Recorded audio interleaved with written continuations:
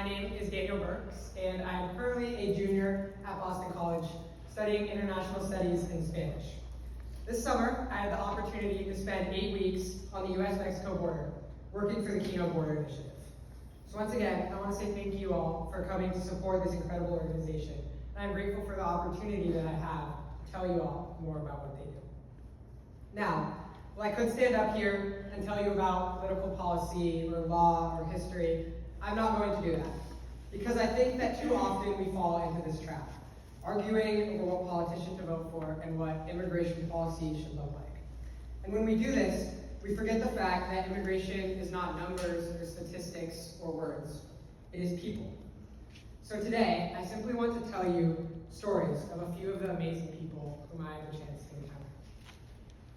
The first thing that is important to understand is that for many, migrating from their home is not a choice. It is a necessity.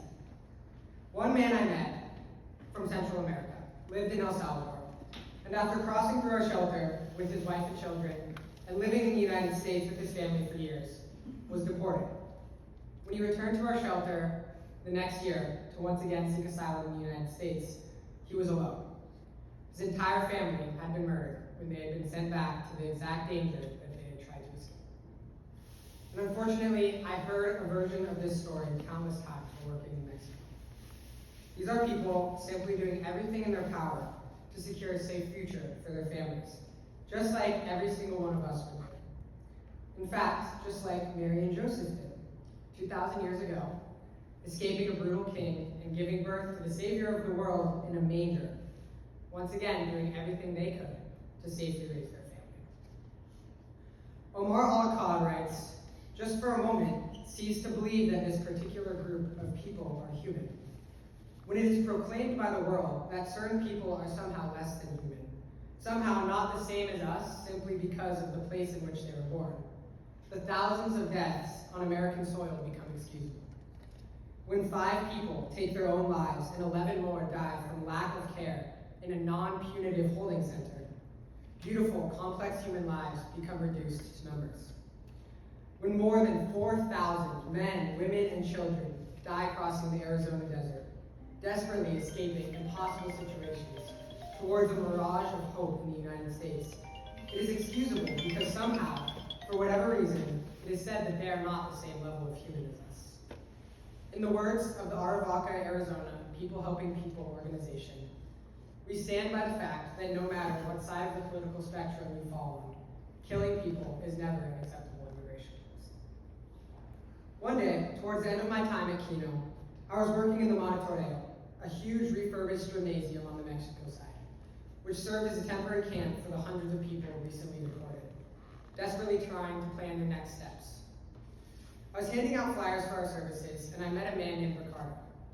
At the hands of Border Patrol, Ricardo was locked naked in a freezer and beaten with electrical cords for refusing to sign documents that he couldn't even read due to translation services being refused. He shared his story with fierce determination in his eyes and urged me to share the following words when I returned. "No es el sueño americano, es la pesadilla." It is not the American dream, it is the American nightmare. In a world that claims that some human lives are not worth the same as others, the biggest thing that I learned from my time is that the most important service you can give someone is sometimes just a conversation. Just spending a minute to truly be in the holy presence of another person. At first, I wanted to march into Congress and begin drafting new policies. But looking back, the most impactful moments that I had at Kino were the quiet ones. I think about English lessons with Carlos. On mornings before he headed out into the hot Nogales sun to work manual labor, I sat with post-it notes and explained the differences between there, and there. And in return, he helped me with the differences between este, ese, eso, esta, esa. I think about playing basketball with a bright teenager named Luisa. She rocked a silver Michael Jordan chain, and I always lost. She laughed every time and said, "Casi pero no," every time my shot banged off the rim. Or conversations with Eduardo, an incredibly smart civil engineer who enjoyed beating me in chess while he practiced his English. Exchanging pictures with Alejandro of our families and talking about how beautiful the drive down the coast of California is. Or exhausting my repertoire of very elementary card tricks in front of a delighted Mateo who immediately would attempt the same trick for a rather large audience involving a lot of no mire or don't look, will he hit the cards behind his back. And as Christmas approaches, there's one encounter that has been especially on my mind. One of the closest friends that I made in Kino was a man who I'll call Ale. Ale was raised his entire life in the US, and in fact, he spoke better English than Spanish. After a DUI charge, he was deported to Mexico, which is a place he had never been in his entire life. We were sitting at a table one morning in the Kino Comedor, which is like a dining room, and he suddenly exclaimed, "Danny, I can't wait anymore. I can't wait for the border to open up, or a new president, or none of that. I want to be home for Christmas."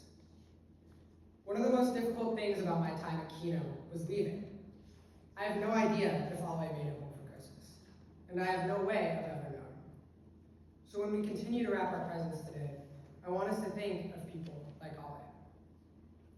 In a world where our faith is sometimes used, twisted, to spread bigotry, this Christmas, I ask you all to be the voice of Jesus, the voice of unconditional love.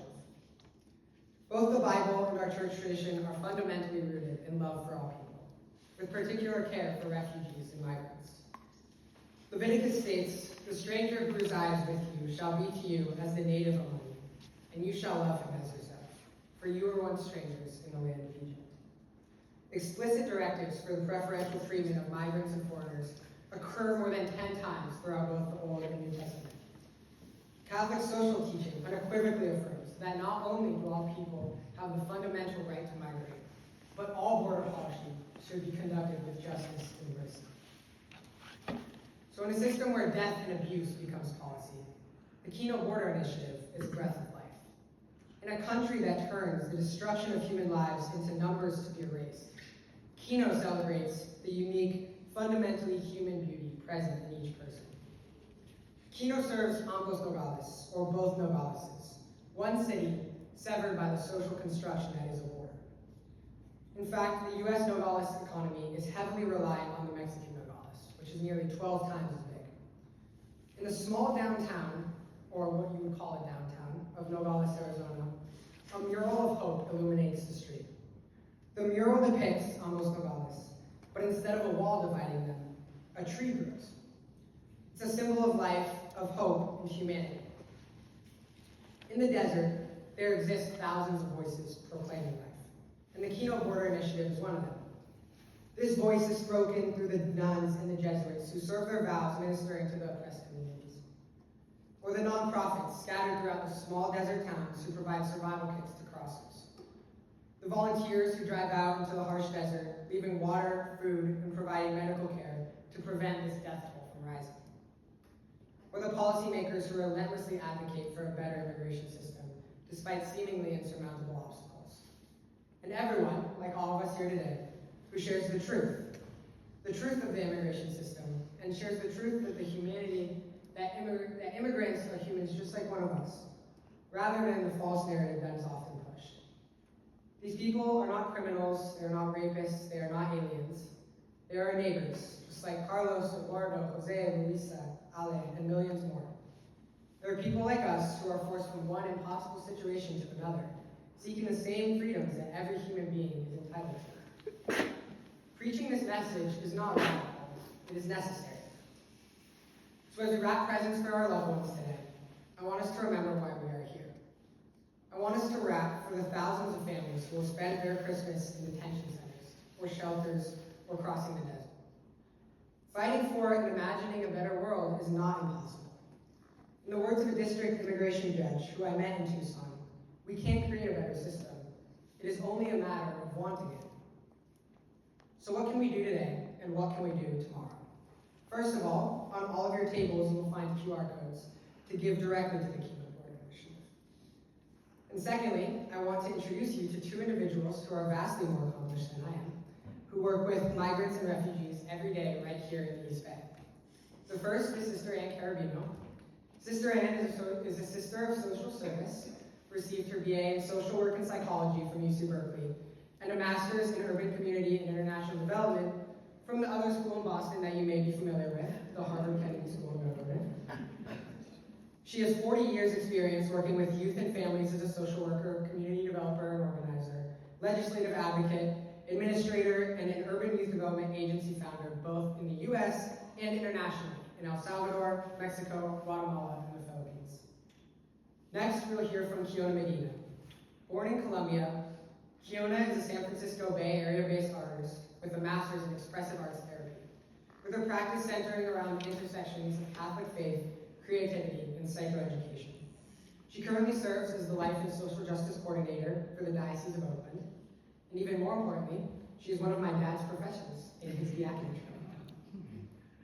So thank you once again for coming. We hope you enjoy the presence, the rapping, the refreshments, and the powerful words from Kino and Sister. Merry Christmas.